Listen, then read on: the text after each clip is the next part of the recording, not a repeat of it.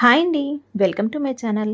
ఈరోజు బ్రేక్ఫాస్ట్గా మైసూర్ బోండాలు హోటల్ స్టైల్లో ఉండేటట్టు చాలా టేస్టీగా ఎలా ప్రిపేర్ చేసుకోవాలో చూపిస్తాను అండి. చాలా అంటే చాలా రుచిగా ఉంటాయి.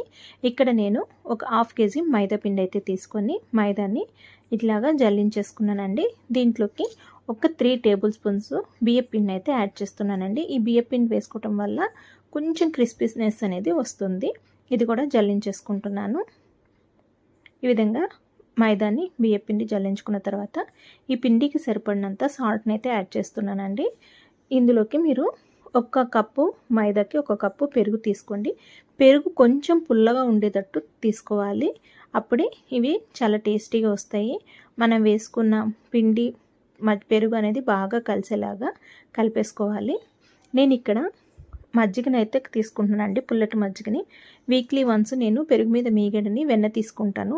ఆ మజ్జిగ అనేది వేస్ట్ చేయకుండా ఇలాగ ఇన్స్టెంట్ బ్రేక్ఫాస్ట్లు అయితే ప్రిపేర్ చేసుకుంటూ ఉంటాను. రవా దోశ కానీ, అటుకులతో దోశ కానీ, రాగి దోశలు, ఇలాంటి ఇన్స్టెంట్ బ్రేక్ఫాస్ట్ ప్రిపేర్ చేసుకోవడం కోసం ఆ మజ్జిగని అయితే యూస్ చేస్తాను. మీకు టైం ఉంటే ఈ పిండిని ఒక 1 అవర్ లేదంటే ఒక 2 అవర్స్ నానబెట్టేసి పక్క పెట్టేసుకోండి. లేదు ఇన్స్టెంట్గా అప్పటికప్పుడు అయిపోవాలంటే మనం ముద్దలా చేసుకున్న పిండిని మిక్సీ జార్లో వేసుకొని బాగా తిప్పేస్తే మనం బాగా బీట్ చేయలేం కాబట్టి చాలా ఫాస్ట్గా సాఫ్ట్గా బీట్ అయిపోతుంది. సాఫ్ట్గా మెదిపినట్టు బీట్ అవుతుంది. మిక్సీలో తిప్పేసుకోండి. ఆ పిండి బాగా మెత్తగా సాఫ్ట్గా అయిన తర్వాత దాంట్లోకి కొద్దిగా బేకింగ్ సోడా, అలాగే సన్నగా కట్ చేసుకున్న అల్లం ముక్క, పచ్చిమిర్చి, జీలకర్ర వేసుకొని బాగా కలుపుకోవాలి. ఈ విధంగా కలుపుకొని డీప్ ఫ్రై కోసం ఆయిల్ పెట్టుకొని ఆయిల్ హీట్ అయిన తర్వాత మనం బజ్జీలు వేసుకుంటే చాలా చక్కగా పొంగుతాయి. సాఫ్ట్గా కూడా, పైన క్రిస్పీగా సాఫ్ట్గా చాలా అంటే చాలా బాగుంటాయి. సేమ్ మనం బయట హోటల్స్లో మైసూర్ బోండా ఎలా ఉంటుందో అలాగే ఉంటాయి. మైదా కాబట్టి ఎక్కువ రెగ్యులర్గా వేసుకోకుండా మంత్లీ ఎప్పుడన్నా నెలకు ఒక్కసారో అలాగా పిల్లలు ఏదైనా ఇష్టంగా అడిగినప్పుడు ట్రై చేయండి. చాలా చక్కగా పొంగుతాయి. మనం ఇవి బోండాలు వేసుకునేటప్పుడు ఆయిల్ హీట్ ఉండాలి.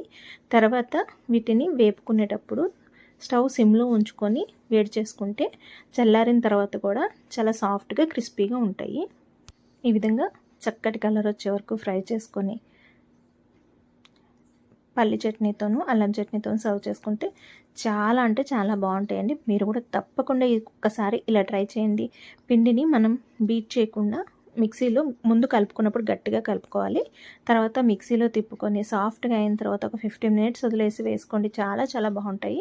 నా వీడియో కనుక మీకు నచ్చితే please like, share, subscribe my channel. Thanks for watching.